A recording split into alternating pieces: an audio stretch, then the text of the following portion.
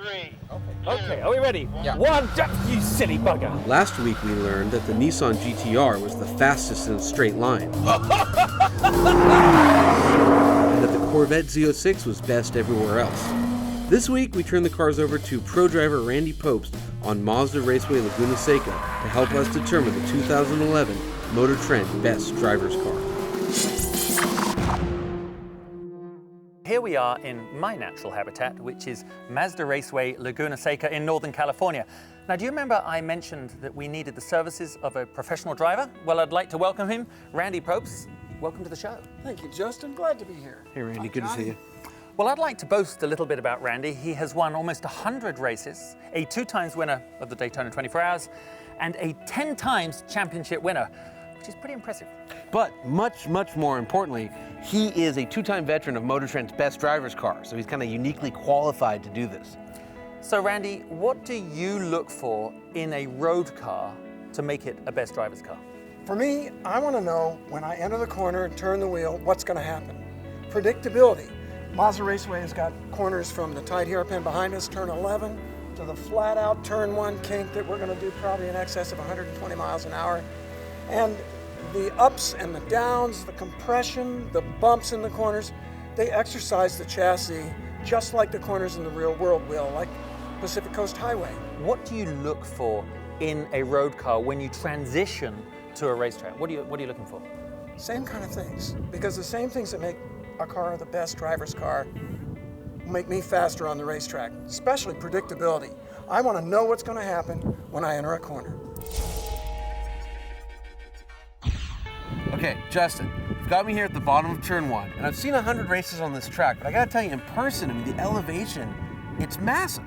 Yeah, it's a crazy corner, and the reason I brought you down here is because it's our track, it's MotorTrend's track for the day, privately, so we can do what we want. Right. And how often do we get the chance, and our viewers, to stand there and watch what a car does dynamically through a corner? Never. And the purpose of it is, take this for example, braking downhill very fast, maybe 150 miles an hour in some cars. You're braking, you're getting to the end of your braking zone, you've got to downshift, you've got to come off the brakes, make a corner. Really a tremendous amount to ask from a chassis. So for our test cars today, this is one of the most difficult corners on the track. So what Randy's going to do, he's going to be talking us through what he expects from the car, from the corner, and what he's going to be looking for. So cool. Let's check it out. The straightaway at Mazda Raceway Laguna Seca actually crests a hill and corners. The 500 horsepower cars get light there, making it difficult to straighten out for a heavy braking zone, and then down into turn 2, still downhill, the car wanting to rotate, leaning heavily on the outside tires, and then it's all about traction, power, and acceleration off the corner on the way to turn 3.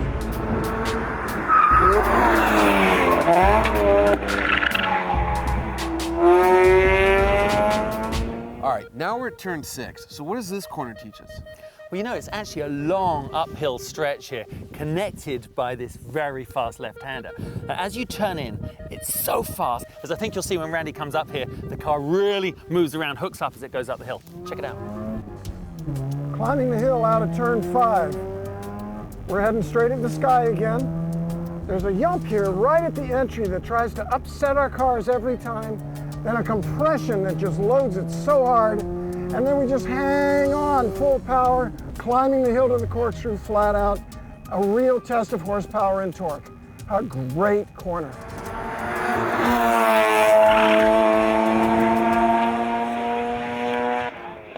Every racetrack has its signature corner, and here at Laguna Seca, it's the Corkscrew. Yeah, it's a unique corner. I mean, you come over here, braking over this brow, then you turn into this left blind corner. The car is completely unweighted. The right front wheel picks up, and then you've got to get the power down as you're completely unweighted. I mean, it's really tough to do. But here comes Randy now. Up the steep hill out of turn 6, we approach the Corkscrew looking straight at the deep blue sky. Over the top, a hard braking zone, falls into a really tight left, then leaping over the crest, accelerating hard down the hill, trying to get all the power down that you can.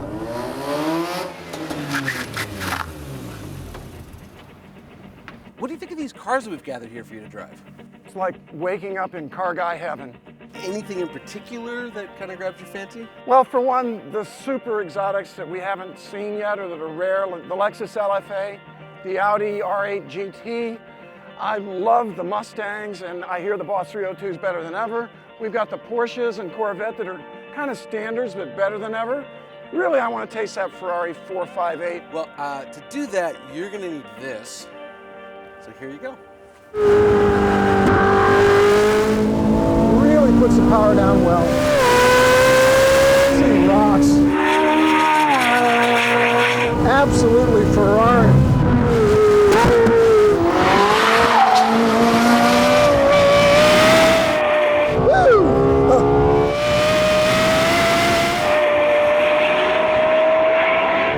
Sure makes the race car noises.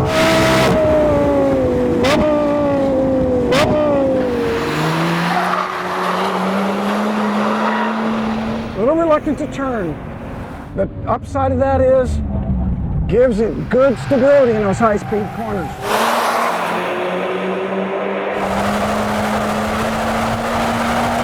Oh yeah. Torque! Good broad power band.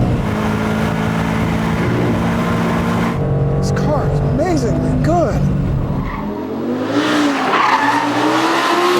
Too much understeer. I'm surprised by that, really. I wouldn't have thought so. Great traction. Really makes it seem kind of easy, to tell you the truth.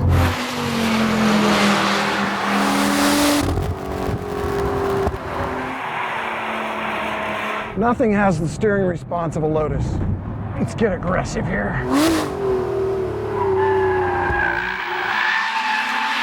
Little loose on entry.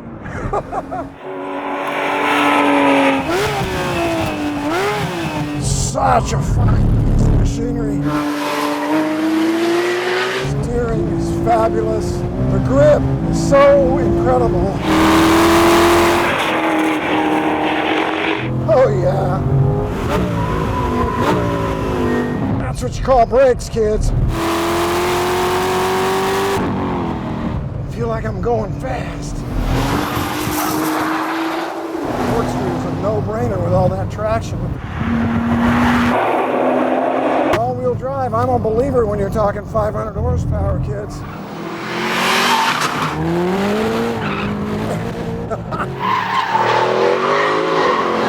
Wild ride over the Corkscrew.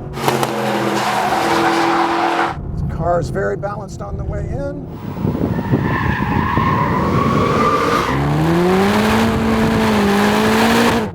Okay, it's a little loose.